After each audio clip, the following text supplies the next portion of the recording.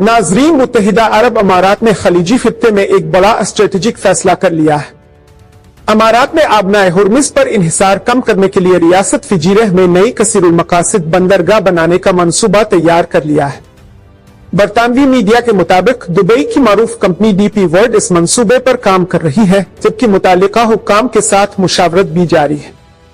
اس منصوبے کا مقصد ایسا متبادل تجارتی راستہ تیار کرنا ہے جہاں سے کنٹینرز اور تجارتی سامان آبنائے ہرمز سے گزرے بغیر نقل و حمل کر سکے۔ رپورٹ کے مطابق حالیہ علاقائی کشیدگی اور آبنائے ہرمز میں بحری سرگرمیوں پر اثرات کے بعد امارات نے اپنی تجارتی اور اقتصادی سلامتی مزید مضبوط بنانے کے لیے یہ اہم قدم اٹھایا ہے۔